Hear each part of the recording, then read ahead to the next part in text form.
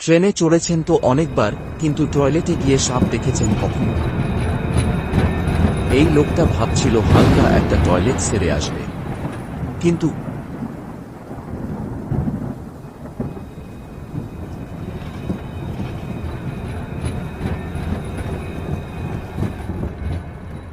দরজা খুলতেই চোখ বড়, ভেতরে বসে একেবারে নাগিন দিদি।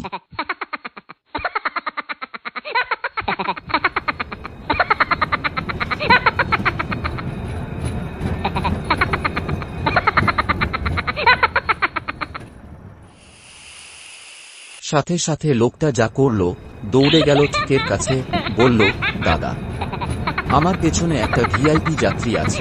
ঠাস বলল, টিকিট আছে?